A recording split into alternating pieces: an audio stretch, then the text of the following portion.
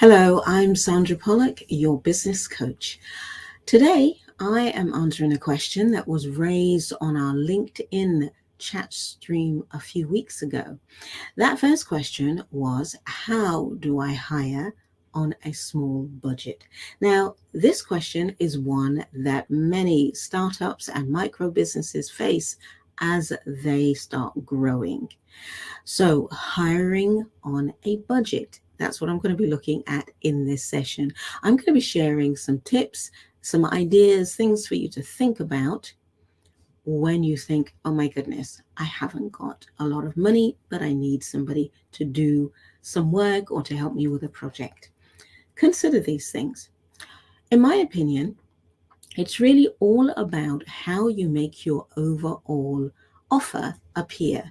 And that is the idea of working in your business long term, because you don't want someone to just come in and go out again if you're looking to employ. So, are you making it appealing and interesting?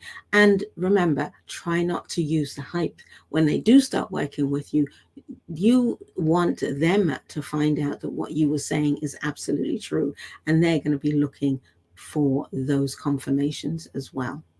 But before we get to that, I think that your first question is this one. Do you really need to employ a member of staff? Is that your best option? Or are there other options? And that's what I'm going to be asking you to think about. So that's my first point. That's your first question. Do I need to employ an individual, or can I outsource the task? Have you thought about that? In considering this question, you might think that, oh, outsourcing is going to be so much more expensive. But actually, if you're looking at it on a longer term perspective, if you look at that, sometimes it really isn't. Outsourcing can be done on a short term basis or a longer term arrangement. So, yeah, consider outsourcing. It's really taking someone on, and in this case, a contractor, to do the work that you want done without incurring the cost of recruitment, advertising, and paying out that salary longer term. When you add up those sums, it could be that it's cheaper in the shorter term. And when I say shorter term, that could be 6 months, it could be a year, it could be cheaper to outsource than to employ someone, recruit, advertise, and be paying out that salary in the first instant. So think about that. So if you are working on a limited budget and you're not clear what you want in terms of a new hire, outsourcing can give you some space and time to firm up those thoughts. Outsourcing the work may help you to become clearer, about what it is that you want, the quality that you want, how you want it done, and things like that, without taking on a member of staff to help you answer those particular questions. So that is point number one that I want you to consider. Is employment the best option for you at this time, or can it be done more effectively by outsourcing, getting a contractor to do the job for you? Number two, and number two is about teach, learn, or take over. So if you've decided then that employing a new member of staff is the way to go for you, then are you absolutely sure about the reasons why this is the best thing for you? And it's not just about the job description, creating the list of things that you want them to do. You're also looking at things like aptitude, attitude, and personality. And when we're worried about the budget, about the money, we forget about things like this. And then the person comes in, and sometimes you realize the person might be able to do the tasks, but their personality is the issue that you need to spend more time dealing with. So right now, make sure that you get it right. This is as important as how much money that you have to give to this person as they do the job for you. So how clear are you on those things. Do you want someone who can come in and hit the ground running, as they say, or are you prepared to teach them, to allow them time to learn? Whoever comes in are going to have a space to learn anyhow about your business, how it works, how you like things done, how you work. But when it comes to the tasks and the things like that that you want them to do for you, are you prepared to teach them? Or do you want someone who knows these things already? And obviously, the more experienced the person, okay, the more it's going to cost you to get the right person in-house. So think about that. Are you prepared to teach, or do you want them to know already? And if somebody has to learn, you're going to teach them, then you can possibly get a good person with the right aptitude, attitude, and personality, but they're still in that learning stage. So it may be cheaper to employ someone like that. So that's another thought to consider. Okay, the next one is salary, which is really what I know is on your mind and you're thinking about this. Salary is important because everybody wants to ensure a certain lifestyle. But what makes a quality lifestyle differs from person to person. So think about in your offer, how is not only the salary, but the other things that you're offering as a benefit to come to work for you and with you. What are some of the overall other things that you can list that would go along with benefits? Okay, so non-financial benefits really is what I'm talking about.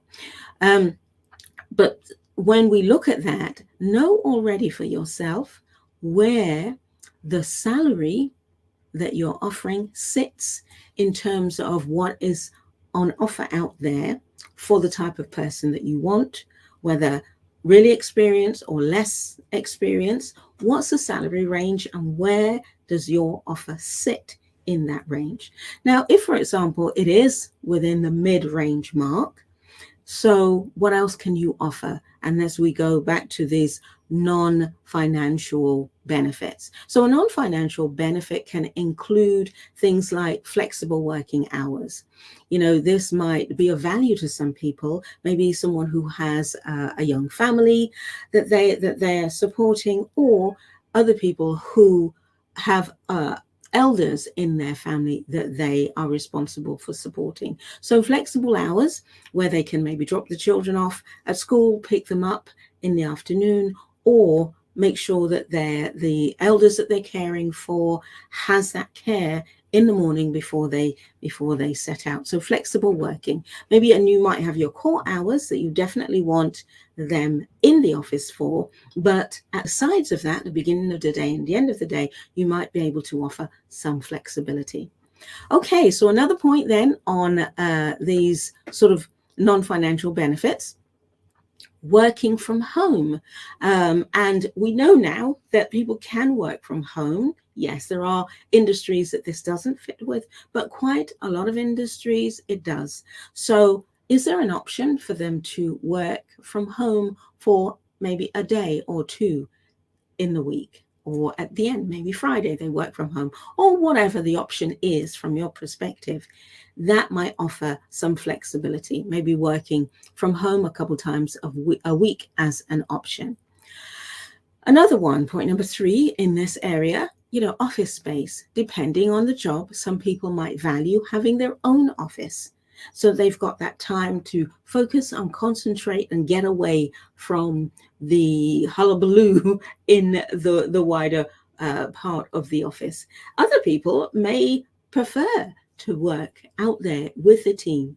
So talk about what the individual values and make that a part of your offer. Another one, job title.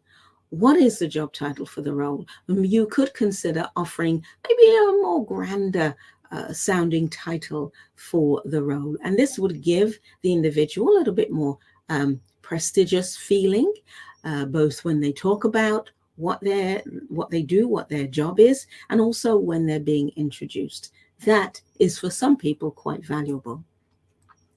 So number 5, we are looking at the possibilities here for shares in the business. Depending on the role, some people might value having shares in the business. Now, this, though, I would say, is something that you would offer as a future option, a future possibility. For example, depending on, if the business reached a certain level financially, in terms of success, then, and they've been with the company for a certain amount of time, you might say if you work for 10 years or 2 years or 3 years or whatever the case may be, then the option of shares in the business might be on the table.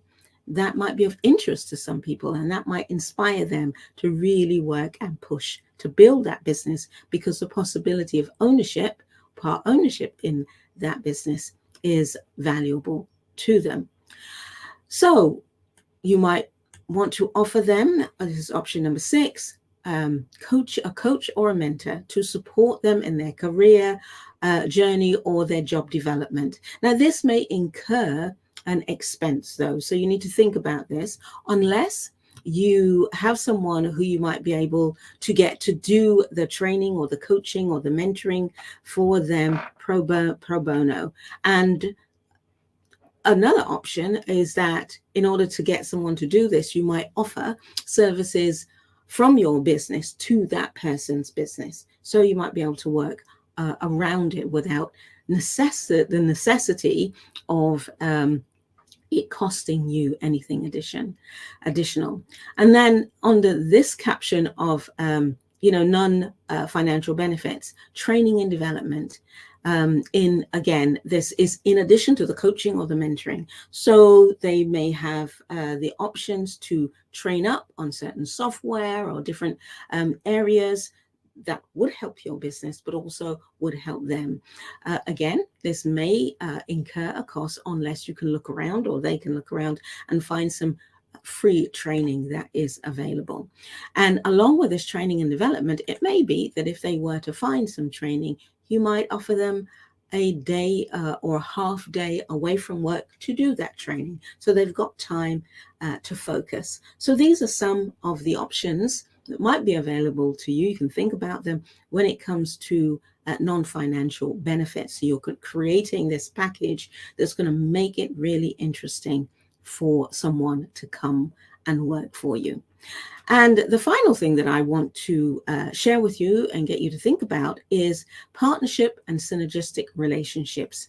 So have you considered finding another business, maybe another startup or an established business, where you can trade services, or you can come into partnership together? If you've got a big project that you're working on and you need somebody to help you develop and grow that, maybe you partner with another business, which reduces the costs. Yes, there is a risk to that, but it is another way of looking at things as well. So maybe you can consider providing them a service and they provide you a service, or coming together to create this new project, new idea, new program, new product that you might be working on. And you can work together on a particular project, as I've said, and these types of relationships can be beneficial if planned out and clear, and you get all the legalities and all of that sorted out.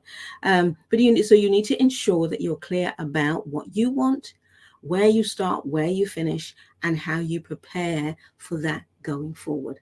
So there you go. I've thrown quite a few options there for you to consider. You've got a small budget, a limited budget, but you need to get someone in to do that. There are some options there. 3 main ones. Yes, employment. Secondly, the option of outsourcing, getting a contractor. And the third one is going into partnership with another business to make the project, the idea, or the product happen. I hope that has been helpful. And I look forward to catching up with you again, answering some more of your questions. So do share those questions that you have with us.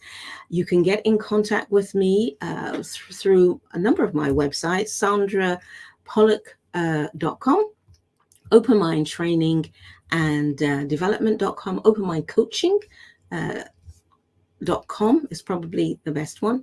And you can also find me on most social media streams. So LinkedIn, Facebook, Twitter, and many others. Thank you for your time, and let me know how beneficial this has been. And again, share your questions with me, and I will do my best to bring some answers and some ideas to you to get working on solving those business related questions you might have. Take care. Bye for now.